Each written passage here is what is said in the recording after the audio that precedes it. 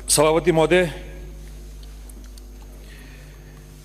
मैं आपके समक्ष माननीय राज्यपाल महोदय द्वारा जो अभिभाषण दिया गया है, चूंकि हम सारे माननीय सदस्य इस सदन में बैठे हैं और सभी ने अपने विचार व्यक्त किए, हमेशा इस बात की तरफ देखा भी जाता है कि राज्यपाल अभिभाषण जो है उसको एक राजनीतिक भाषा के तौर पे भी उपयोग में लिया जाता है। अभिभाषण को मैं आपके समक्ष जो राज्यपाल जी ने 26 पेज का और विभिन्न बिंदुओं पे अभिभाषण में जो ध्यानाकर्षण किया है और संबोधन किया है, उनके कुछ बिंदुओं पे ही चर्चा करना चाहता हूं। सभापति जी, जब भी किसी सरकार का गठन होता है, उस सरकार के पहले सत्र में और पहला सत्र का जो पहला राज्यपाल महोदय का अभिभाषण होता है, वो अभिभाषण राजस्थान की जनता जो है वो हमेशा सुनना चाहती है और देखना चाहती है, क्योंकि उस अभिभाषण के अंदर सरकार का विजन आता है। उस अभिभाषण के अंदर घोषणा पत्र में जो सरकार चुनाव लड़के और सरकार बनाई है, उस पार्टी के घोषणा पत्र का अभिभाषण में किन बिंदुओं पे उल्लेख किया गया है, उसके बारे में लोग सुनना चाहते हैं। उस अभिभाषण के अंदर राजस्थान की जनता देखती है कि सरकार हमारे के अंदर, राजस्थान की जनता देखती है कि सरकार हमारे बारे में चुनाव में जो वादा करके सरकार बनी है, वो हमारे बारे में क्या सोचती है और उस अभिभाषण के लिए क्या आती है। यह अभिभाषण कौन तैयार करता है? आपने मंत्रिमंडलीय उप समिति बना दी और 3 माननीय मंत्रियों को उस उप समिति में रख दिया और उसका अंतिम प्रारूप तैयार करने के लिए उनको जिम्मेदारी दे दी कि राज्यपाल का अभिभाषण जो है वो उसका अंतिम प्रारूप ये लोग तैयार करके दे देंगे। मैं समझता हूं हमारे यहां कई वरिष्ठ साथी बैठे जो अनेकों बार इस विधानसभा के सदस्य में इस विधानसभा में रहे, कुछ ऐसे साथी हैं जो प्रथम बार जीत के भी आए होंगे। हमने हमारे विचारों में तो इन चीजों को लाया है, मगर राज्यपाल महोदय के मुंह से वो प्रारूप किसी ने चेक भी नहीं किया होगा। मैं समझता हूं कि आप तीनों मंत्रियों को एकदम से खड़े होकर विभिन्न बिंदु पे आप पूछ लो, तो जिन शब्दों का उस अभिभाषण में उपयोग किया है, इस सदन में हम सब राजनीतिक लोग भी हैं, कई बार कई लोग आए, कई प्रथम बार आए। हमने इस सदन में या पुरानी विधानसभा में अनेकों नेताओं को देखा है।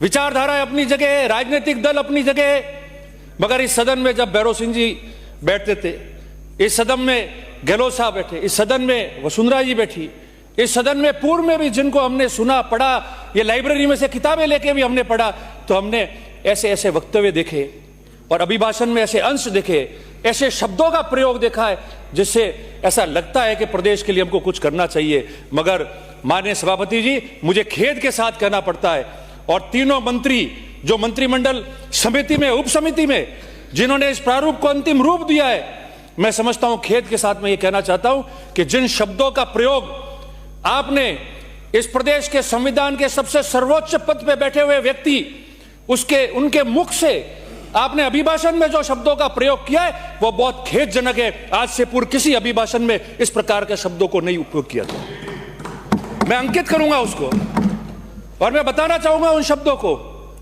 सभापति जी, आपने अभिभाषण बनाया है, कभी लगता है राजस्थान का अभिभाषण पढ़ रहे हैं, कभी लगता है कि केंद्र सरकार के हिसाब से ही आपको पूरे राज्य को पार करना है तो केंद्र सरकार का अभिभाषण है, कभी ऐसा लगता है कि आपने एक चुनावी भाषण तैयार करके पढ़ा है कि पिछली सरकार, उनके मुखिया और पिछली सरकार में बैठे हुए लोगों को हमको किस कदर कोसना है, उसके बारे में अभिभाषण बनाया आपने। सभापति जी, आपने अभिभाषण का शुरुआत, आपके जो पैरा 4 है उसमें आपने अभिभाषण की शुरुआत करा दी अंतरकलह शब्द से। कोई दिक्कत नहीं है, राजनीतिक तौर पे वो शब्द आता है, पर अब अंतरकलह नहीं दिख रही है। हमने क्या किया, क्या हुआ, आप यही समझ लो हमने भुगत लिया होगा, हम यहां बैठे, आपको शासन हाथ में दिया है, आपके अंतरकलह नहीं दिख रही। इस राजस्थान राज्य के अंदर जब जब सरकारों का गठन हुआ, उनके गठन होने के पश्चात ये पहली बार देखा गया है, इतने महीने, आपके इतने दिन बीत गए और इतने दिन बीतने के बाद में भी आप डबल इंजन की बात करने वाले ऐसा महसूस ही नहीं हो रहा है कि आपकी तो रेलगाड़ी पटरी पे पड़ी है, इंजन ही नहीं जुड़ा हुआ है? कभी देखा एजी को नियुक्त होने में इतनी टाइम लगा, डबल एजी नियुक्त होने में इतना टाइम लग रहा है, प्रिंसिपल सेक्रेटरी टू सीएम आपने अस्थायी बना रखा है, और मंत्रिमंडल, मंत्री, उसके बाद उनके यूडीसी एलडीसी ऐसे को तरस रहे हैं। कब लगेगा एजी का काम? मैंने माननीय सभापति जी, माननीय सभापति जी, माननीय सभापति जी, मैं चाहता हूं कि आप कृपया करके टोके नहीं। एक अच्छा श्रोता ही अच्छा वक्ता बनता है, और हम सब यहां बैठे हैं जो पॉलिटिकल लोग हैं, जो राजनीतिक लोग हैं, सभापति जी, उन्होंने इस हाउस में आने से पहले इस गैलरी में से भी इस हाउस को देखा होगा। मैंने देखा है पुरानी विधानसभा, उस विधानसभा में हमने भैरव सिंह जी को सुना है, हमने अच्छे अच्छे वक्ता आपके दल के उनको सुना है, राष्ट्रीय के होंगे उनको सुना है, और अभिमान है। हमारी विचारधारा अलग हो सकती है, मगर अगर हम अटल जी को सुनना पसंद करते थे विषयों पे, तो आज भी हम उनको सुनने पसंद करते हैं। पुरानी यादों में जाके भैरव सिंह जी की अच्छी बात को पसंद करते थे, आज भी पता करते हैं। भैरव सिंह जी के सदन में कांग्रेस का व्यक्ति भी बोलता था और अच्छा बोलता था, वो पकड़ के कहते थे कि बहुत बढ़िया बोला है, लड्डू खिलाओ, और लड्डू मिलाते थे, और तब से सदन के सितारों की बात शुरू हुई थी। हम वो लोग हैं जो उस बात की तारीफ करते हैं। आप सुनिए, बहुत मुश्किल से व्यक्ति सदन में आता है तब वो पढ़ता है, बोलता है, और मैं तो केवल आपके इन बिंदुओं को बता रहा हूं, राजनीतिक तौर पे कोई बात नहीं कर रहा, जो बिंदु है उसके हिसाब से बात कर रहा हूं। सभापति जी, आज तक आपका, मैंने आपको बताया, AG, double AG, principal secretary to CM, आपके मिनिस्टर्स का क्लेरिकल स्टाफ, लगने में इतना टाइम है। डबल इंजन रेलगाड़ी वहां पड़ी है, इंजन ही आपका जुड़ा हुआ नहीं है, और जिन शब्दों का आपने प्रयोग किया, मैं 2 मिनट में उन शब्दों के बारे में आपको बताना चाहता हूं। आपने अभिभाषण में किन शब्दों का प्रयोग किया? अस्थिरता हो सकती है, मान लेते, कोई दिक्कत नहीं है। अराजकता के अंधकार, अराजकता क्या है? अराजकता क्या है? मंत्रिमंडल के उप समिति ने इसका प्रारूप तय किया है, हमारे 3 मंत्री उसमें हैं। अराजकता के अंधकार, तथाकथित कल्याणकारी योजनाएं, सो कॉल्ड, किसी भी सरकार ने कोई योजना बनाई, वो तथाकथित होती है। आपने लिख दिया कि तथाकथित कल्याणकारी योजनाओं की समीक्षा होगी 12 में।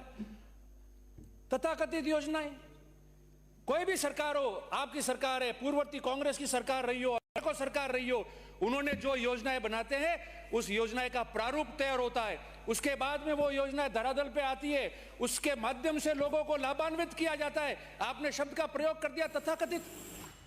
सभापति जी, मेरे पार्टी का टाइम है, मैं उसमें से थोड़ा ले लूंगा, मगर मैं 2-4 बिंदुओं पे आपका करना चाहता हूं। नेता प्रतिपक्ष भी है, वह आप हमारी पार्टी के टाइम में से आप काट देना। तथाकथित शब्दों का आपने प्रयोग कर दिया।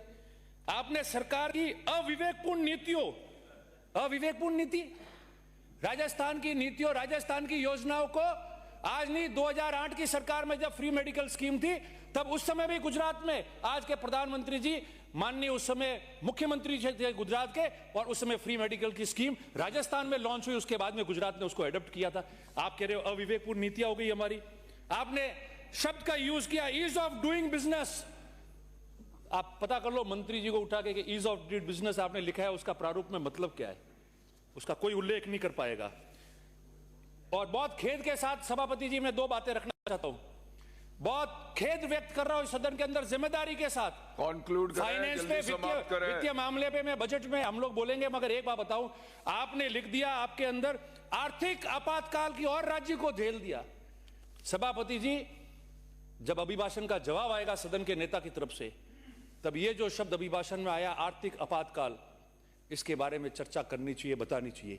इस देश के अंदर, इस भारत राष्ट्र में या किसी भी राज्य में आर्थिक आपातकाल घोषित करने का कोई भी समय आज तक नहीं आया। आर्थिक आपातकाल जब घोषित किया जाता है, जब लगता है राष्ट्रपति महोदय को कि यह स्टेट बंद हो जाएगा, ठप हो जाएगा, नौकरियां बंद हो जाएगी, तनख्वाह देने को नहीं होगी, जब राष्ट्रपति महोदय, राज्यपाल जी के, आपने राज्यपाल जी के मुंह से कहलाया, आप ज्ञापन दे देते, राज्यपाल महोदय लिख देते राष्ट्रपति जी को, और राष्ट्रपति जी कह देते, इस देश के अंदर जब देश का सोना गिरवी रह गया और संकट एक बार वित्तीय आ रहा था, उस वित्तीय संकट में जब इस देश के पूर्व प्रधानमंत्री नरसिम्हा राव जी और वित्त मंत्री डॉक्टर मनमोहन सिंह ने इस देश को वित्तीय संकट से बाहर निकाला, उस दिन भी आपातकाल, आर्थिक आपातकाल घोषित करने का समय नहीं आया था और आपने यहां कह दिया कि राज्य आर्थिक आपातकाल में आ गया। अंत में मैं मेरी बात को विराम करते हुए मैं एक ही निवेदन करना चाहता हूं, निवेदन कर रहा हूं सभापति जी, सदन के नेता से।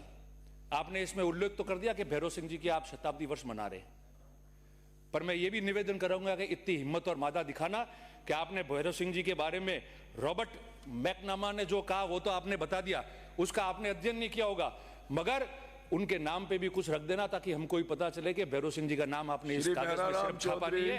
अंत में मैं आपको इस अभिभाषण में जैसे शब्दों का प्रयोग किया है उसको विलोप करके पुनः उन शब्दों के बारे में सदन के नेता बोलेंगे तो ऐसा लगेगा कि राजस्थान में जो अभिभाषण इस प्रकार का पढ़ाया गया है वो कोई भी मंत्रिमंडल की उप समिति चेक करती है तो उस प्रारूप को गहनता से चेक करे, केवल अधिकारियों के लिखे हुए प्रारूप को आप तय करके वापस नहीं भेजे। इन्हीं शब्दों के साथ आपका आभार व्यक्त करता हूं। बहुत बहुत धन्यवाद।